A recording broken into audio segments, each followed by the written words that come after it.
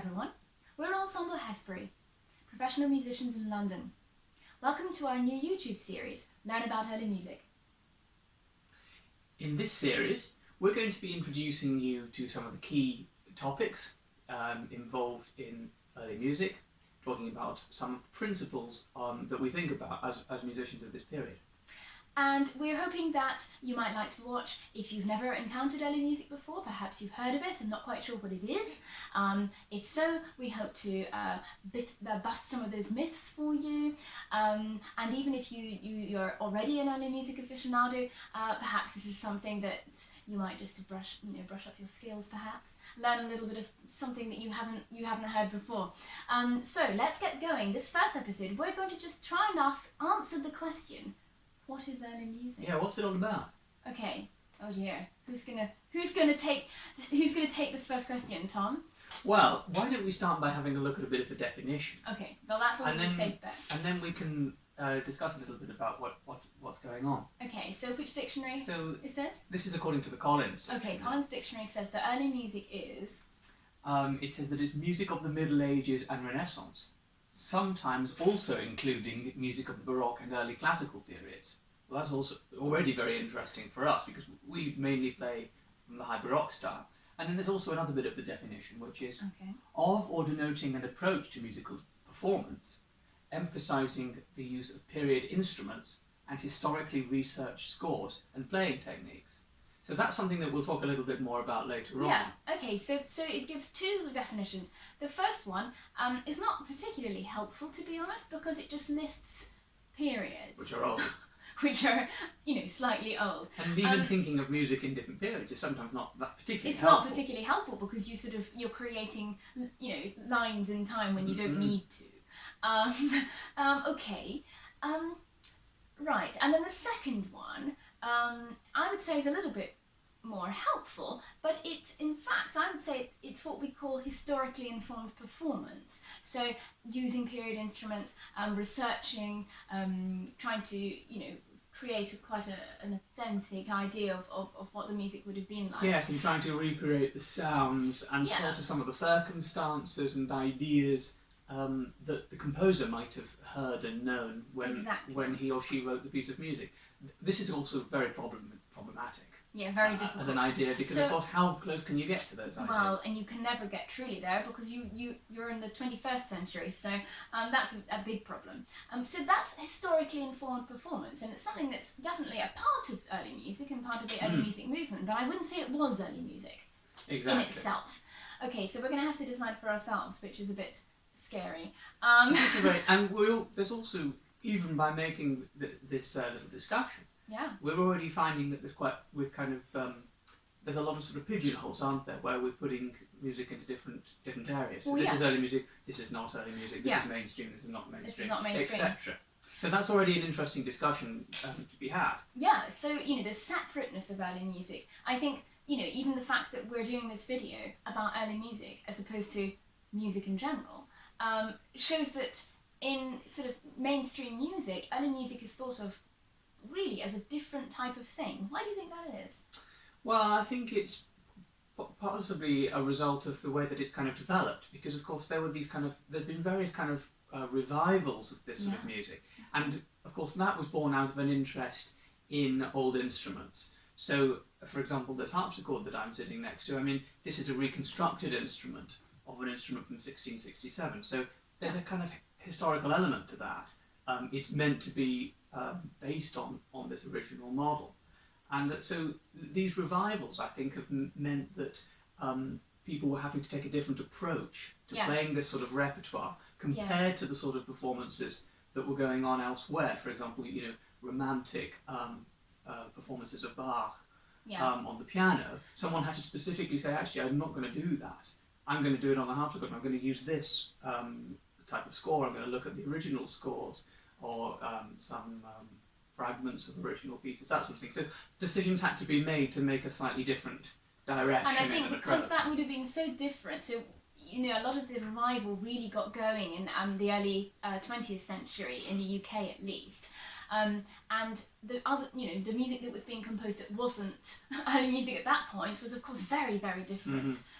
So I think those they're like the Dolmetschers who were pioneers in this revival of early music, really had to. I guess they had to separate themselves off and really establish a new movement. So that's kind of why, particularly in the UK, perhaps we've ended up with quite a separate feel for the early music crowd, I guess. And it's often seen as a kind of, sometimes when people kind of critique and discuss these early decisions in historical performance, it's often described as a kind of reaction against other things that were going on at the time. That's true. So against the kind of more romantic idea. But, all of these decades on, and I mean, life's ever more changing these days because of the internet and how much we can research and hear other people and connect. Actually, there's coming much closer to the kind of to a central area somehow. Yeah, it's great. And I think, one of the things that our generation of early musicians, I suppose if we call ourselves early musicians, what we'd like to do is to, help continue to make early music part of the mainstream as opposed to some sort of slightly nerdy, separate area, which sometimes it does have a little reputation of being a little bit nerdy, which is, nerdy is good, but, you don't want to just be sort of thought of as something sort of maybe simple or that's not proper music or something like that. That's an interesting thing, and that simplicity, I mean, that's going to be one of our myth busts that we'll talk about in just a moment, but of course something that's interesting to remember about a lot of this music is that very little information compared to modern repertoire or high romantic repertoire. Very little information is given on the page, isn't it, to the performer? Yeah, absolutely. So actually, sometimes we don't even know what the performing forces of pieces are. So were they meant to be for voices as well as instruments, or were they? Was there going to be instrumental doubling in a vocal piece, for example? We don't know necessarily which instruments were going to be accompanying. Often the accompaniment was improvised, so that, of course, that opens up a whole nother world. We'll do a separate episode about accompaniment and continuum. But there's a lot of questions about this music, which have resulted in the kind of idea of historically informed performance, because you have to do a little bit of thinking about what actually you want to be doing. But actually how you apply those decisions is very different, and there's no one way that you have to do that. And it doesn't mean that we're certainly in a world now where if you make a decision, you don't have to be doing it only to be historically informed. Exactly. I think, now we're encouraged to have our own ideas as artists. So I think there's an idea that if you play a romantic piece of music, so something from the 19th century or even 20th century, modern, as it were, music, the idea that you have to, I don't know, that there's like the idea of the virtuoso performer, and you can sort of interpret it in any way you like, and the idea perhaps in early music you don't have that freedom. Maybe you didn't used to. The idea that you have to be very strict because you have to apply these rules to it. It's not true. It's not true because, for example, as a recorder player, I have notes on the page, but they're in the very beginning of what I can play. I have to ornament in a particular style, and I can add all sorts of things. Decide on your I decide on my speed, and because and because there's hardly any markings. So if you look at a piece of, I don't know, what's a big composer of the Romantic period? Well, if you were to look at, like, say, an Elgar. Piece of Elgar, you'd have lots and lots of markings, wouldn't you? You'd have crescendos, you'd have tempo markings, little rates. Very sort of, exact instructions. Whereas most early music, I would say, until maybe around 1800, had very little markings. So it's up to us, which means we have more freedom, not less. Yeah. And okay, that's a little bit more difficult because you have to learn a little bit from treatises and perhaps classes, and from teachers, of course, how it perhaps should be interpreted in different styles. But that's kind of fun, I find it makes it different. It does. What about improvisation, Tom? Because that's another element of the. Well, we're going to come on to that in a moment, but actually, let's just save that for a moment, because we've got a series of myth busts. So I think we should start those now. Okay. Now, the first thing, sort of myth, to blow out of the water is that early music isn't just Bach and Handel. Yeah. So this is an interesting thing because we tend to focus, in any period really, but we tend to focus on these certain big composers, not just Bach and Handel, but those are two examples.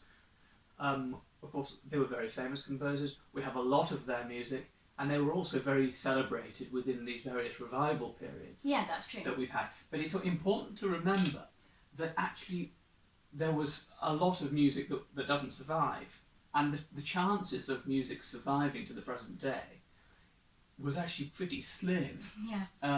Because some composers didn't even want their works to. There's a lot of yes. examples of people burning their works before or they only die. publishing and preserving a certain proportion. But we also have other ones that have got added into their body of works for us now, and also the way that they were sort of saved in libraries from monasteries and cathedrals and courts it's luck and institutions. in many respects. And so I think we think, if we know the music of Bach, Handel, Vivaldi, etc., this must be because they were the best composers. Now, they were obviously great composers, but that doesn't mean that there weren't other composers at the same time who were popular, or in fact even more popular, and whose music hasn't kind of come down to us for some random reason. And so, for us, we love to find lots of repertoire that is not as well known. And that doesn't mean it's not as good. It just means, that we have to work a little bit harder to bring it to audiences, because I guess some people maybe think, oh, I don't know that. But it's important. Yeah. So we want to make sure that people, enjoy all composers from we're talking thousands and thousands of composers from, particularly if we're starting, Middle Ages, medieval music, which isn't our speciality, but it's absolutely fantastic. And also, most people compose in these times. Yeah. If not in kind of a very formal, written down way, improvisation was a huge part of every musician's kind of toolkit. And so they would be improvising pieces, and often pieces that we have now can often be seen as an example of the sort of thing that was improvised. Yeah, so it's not just like they only composed that one piece. But they'll have done other They would have things every around day improvised other pieces. Now that's very frustrating, because it means that we can't access those. There's absolutely no way that we can sort of visit a church in, I don't know, 18th century Germany and see what Bach or indeed Telemann were doing when they were improvising at the organ. But It's also important to remember how wide the sort of, we're roughly talking from this sort of high Baroque 18th century looking back. It's actually a huge number. It's many hundreds of years we're talking about here, rather than just a sort of very slim. Yeah, if you think about it compared to the rest of music, if you think about the last 2 centuries, in fact, early music is far longer in time. Okay, right. But these definitions are very problematic. They are very problematic. Yes, that we don't want now, to. This is the next thing to myth bust. Okay. That all early music sounds the same, and it's just a soundtrack to historical documentaries. We often think of, you can imagine a documentary on the TV, and you hear sort of kind of sparkling music that's ideal for the presenter to be walking around a castle. Yeah, or this sort of you thing. hear, usually if it's anything to do with Henry VIII or the Tudor period, you hear the sort of same piece of I don't know, recorder or music. Yeah, it's often the wrong period for the documentary, but whatever. It's getting better at that, I think. But yes, you still hear the same kind of things. So I think a lot of people have it in their heads as perhaps even only 2 or 3 different types of piece, let alone different types of music, which is I don't know. It's just something that's happened, hasn't it? But I think we need to just again. It's worth knowing. It's worth knowing that isn't all there is to early music. So our next point on our myth busting is that written down composition was only a small part of performed and enjoyed music in these different ways. We've already talked a little bit about improvisation, but it's worth knowing that actually there's a lot of historical documents, kind of treatises and guides from lots of different periods that give us an idea of the style. But then the interesting thing is we should really be applying that sort of approach of looking at sources, looking and thinking about the context of pieces, and looking at the way that composers taught and lived for all periods. Yeah. But actually there's a tendency to kind of say, oh, only people who do that sort of music read these documents and exactly. sources. So it's and also I think then there's a myth that you have to spend all your time reading only reading treatises, otherwise you can never perform properly. But I think, you know, it's good to be aware of treatises, and you don't need to spend half your life in a library to be an early musician. I mean, I choose to spend half my life in a library because I love research, but you definitely don't have to. Okay, right. Next myth bust is to do with the A word. Oh, the A word. This is that we have to be authentic. Yeah. In historically informed performance, and there's this kind of idea that we're trying to supposedly look. To be authentic, to be real, to be true to the piece by applying some of these techniques, by performing it on more the right sort of instrument. Yeah. And of course, it's really all a scale, and there's lots. I mean, there's hours of discussion to be had here, of course. But you know, to what extent are we just trying to?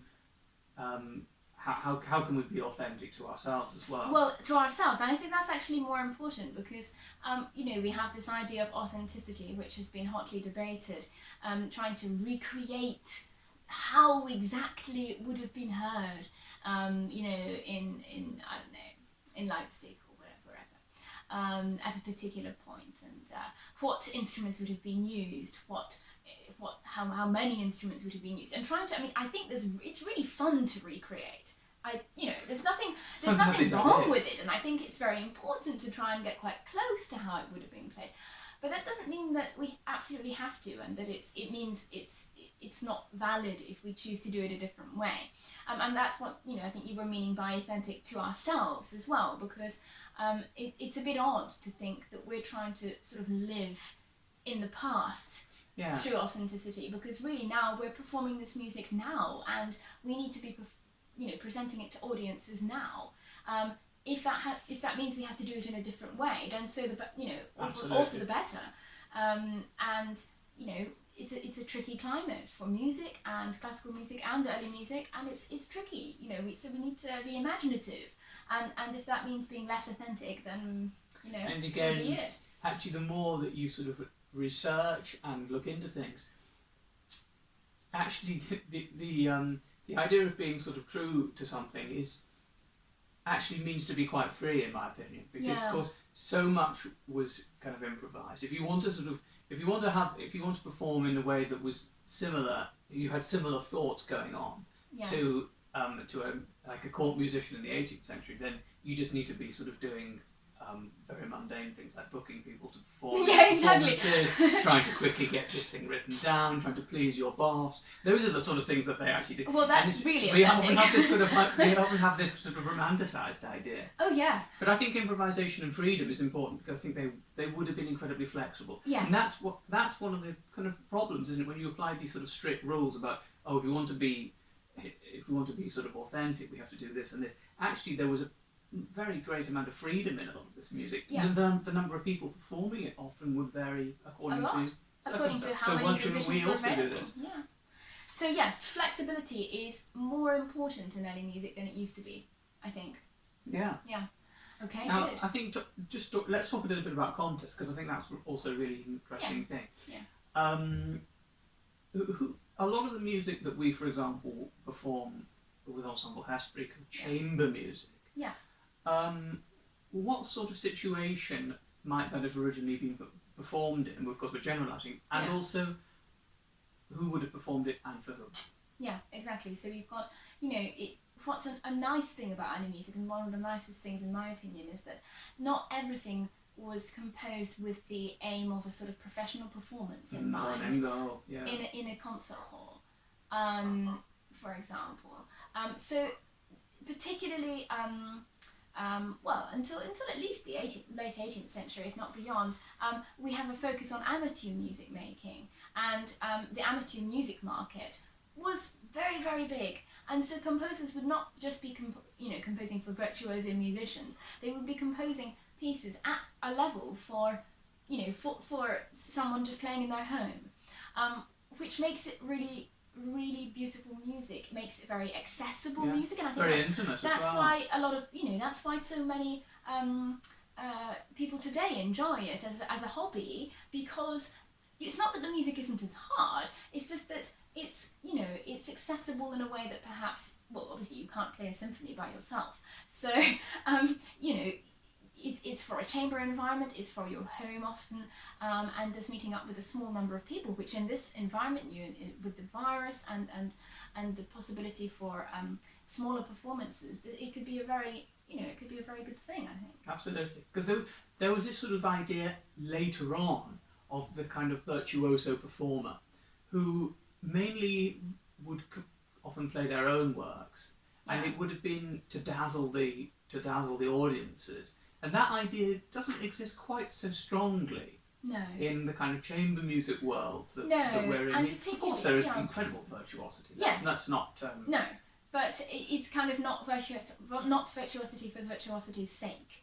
And actually, in a lot of music, at least until the mid 18th century, was functional. It was for use in church. It was for dancing. It wasn't sort of for itself. It wasn't just for itself. It wasn't just to be done in a concert hall. Yeah, where you'd have rows of people sitting, clapping in between movements. Yeah, and even concerts, when there were concerts, even by quite the late 18th century, I think would have been quite informal affairs. So it's a nice way, I think, because of this, if we are to recreate the original conditions of a performance, early music is a really accessible way to sort of understand and to get into music in general. Get into the spirit of it. Music in Absolutely. General. Yeah, good. So there's often been, just to sum up, this sort of desire to kind of look back. Of course, that's in any art form. Yeah, definitely. And I mean, through the generations, people have been kind of looking back, and it's not a new idea, is it? No, it's not at all. I mean, actually, probably one of the earliest examples is the original Academy of Ancient Music, founded in London, and that was kind of set up by 18th century composers to perform music more like from the 16th century. So they were looking at ancient music. So their ancient music is of course now part of our early music. So it's all a matter of perspective, isn't it? And some people think, really the revival of early music started with Mendelssohn because he performed Bach in 1829. So you've kind of got these different levels of looking back. But altogether, it really is just a continuum, isn't it? Absolutely. So we shouldn't try and periodize it too much, I think. Okay, so that's us for today. Next time, please do comment and let us know what you would like to start with for our next episode. We've got lots of options. We can talk about early music instruments, pitch, temperament, continuo, which is something that Tom's particularly specialized in. And yeah, just let us know. We are very much intent on catering for our audience and what you would like to hear. So, and of course, next time we'll have musical examples as well, and a little bit of playing. Thank you, and see you next